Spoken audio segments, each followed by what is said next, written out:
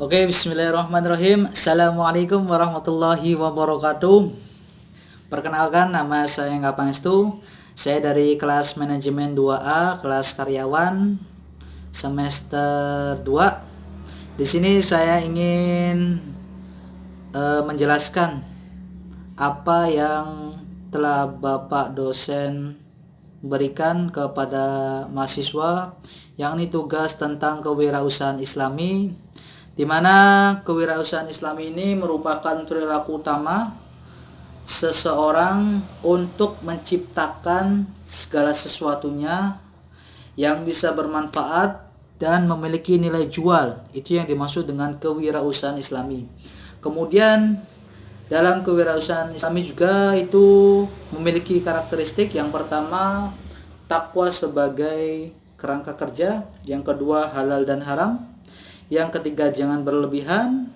Yang keempat, menjaga moralitas yang tinggi, dapat dipercaya, kepedulian akan kesejahteraan sosial, dan tentunya berpengetahuan luas. Tentunya dalam kewirausahaan Islami, kita seorang entrepreneur harus memiliki prinsip dan etika. Prinsip yang dimaksud yakni suatu dasar atau kebenaran yang bersifat universal atau umum, yang selalu bersumber pada Al-Quran dan As-Sunnah. Itu merupakan suatu prinsip yang harus dipegang oleh seorang entrepreneur. Kemudian etika. Etika yang dimaksud yakni suatu perilaku, adab, atau tindakan yang berupa kebaikan dan kebenaran. Itu yang dimaksud sebuah etika. Jadi seorang entrepreneur ataupun seorang wirausaha harus memiliki prinsip, kemudian etika. Prinsip dan etika ini harus seimbang. Manakala kita seorang entrepreneur harus berjuang menghadapi segala upaya yang akan dihadapinya suatu saat nanti.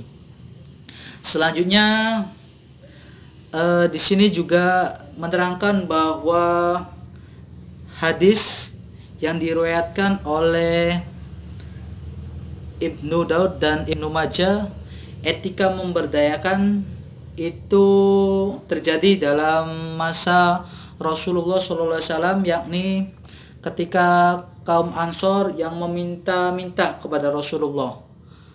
Singkat cerita, ada salah seorang saudagar dari kaum Ansor, dia meminta-minta kepada Rasulullah. Kedatangan sahabat tersebut, Rasulullah tidak langsung memberi uang, lantas dia bertanya kepada sahabat tersebut. Rasulullah menanyakan, "Ya sahabatku, lantas mengapa kau meminta-minta padahal kamu itu masih mampu?" Kemudian sahabat menjawab, "Ya Rasulullah, saya hanya memiliki kain dan gelas saja di rumah." Singkat cerita, Rasulullah menyuruhnya untuk pulang dan kembali dengan dua benda tersebut. Sekembalinya si sahabat itu, Rasulullah ternyata menjual dua benda itu, kain dan gelas. Dia menawarkan ke saudara-saudara yang lainnya bahwa dia ingin menjual dua barang tersebut. Ketika itu lakulah barang tersebut senilai 2 dirham. Dan suatu ketika sekembalinya sahabat itu, Rasulullah berhasil menjualnya senilai 2 dirham. Kemudian 1 dirham dia berikan kepada sahabatnya untuk membeli makan, kemudian membeli uang untuk para keluarganya, dan satunya dia memberikan suatu benda untuk saudaranya itu mencari rezeki. Beberapa hari setelah itu, sahabat tadi datang kepada Rasulullah sembari membawa benda tersebut, yakni sebuah kampak. di mana diserahkan kampak itu kepada Rasulullah. Kemudian Rasulullah SAW itu menyuruh kepada sahabatnya untuk mencari rezeki dengan alat tersebut. Suatu ketika 15 hari kemudian sahabat itu kembali ke Rasulullah, sementara di tangannya sudah ada 10 dirham. Cukup sahabatku itu untuk membeli makanan, pakaian, dan kebutuhan lainnya. Kau tidak usah meminta-minta lagi. Ditarik kesimpulan bahwa perilaku Rasulullah kepada seorang sahabat tersebut, bahwa sahabat tersebut memang masih mampu, namun Rasulullah tidak lantas memberikan, tetapi Rasulullah meminta untuk sahabat itu bekerja dulu atau mencari rezeki yang halal dan lebih baik daripada meminta-minta. Mungkin kesimpulannya, tangan di atas lebih baik daripada tangan di bawah. Selanjutnya, Pak dosen memberikan pertanyaan, alasan ingin menjadi seorang entrepreneur. Tentu yang pertama, saya tidak munafik atau tidak menutup kemungkinan. Alasan saya yang pertama yang menjadi entrepreneur tentu ingin mendapatkan profit yang besar, karena dengan berpenghasilan besar tersebut kita bisa menikmati hidup, tentu. Kemudian yang kedua, memiliki waktu luang yang leluasa, maksudnya seperti itu.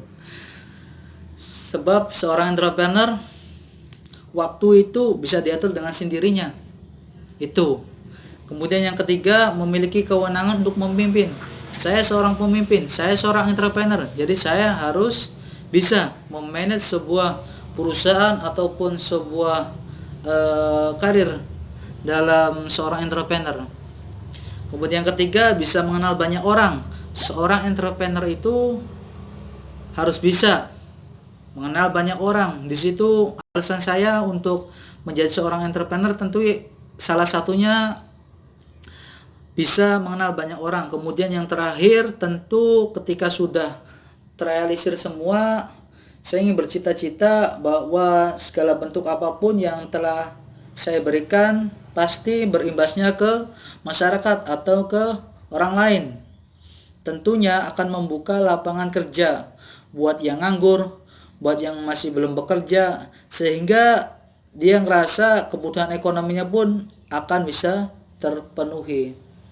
Mungkin sedikit itu penjelasan yang dapat saya sampaikan. Kurang lebihnya saya mohon maaf. Terima kasih telah menonton tayangan ini, semoga bermanfaat. Salam sukses dari Angga Pangestu. Salam. Terima kasih. Assalamualaikum warahmatullahi wabarakatuh.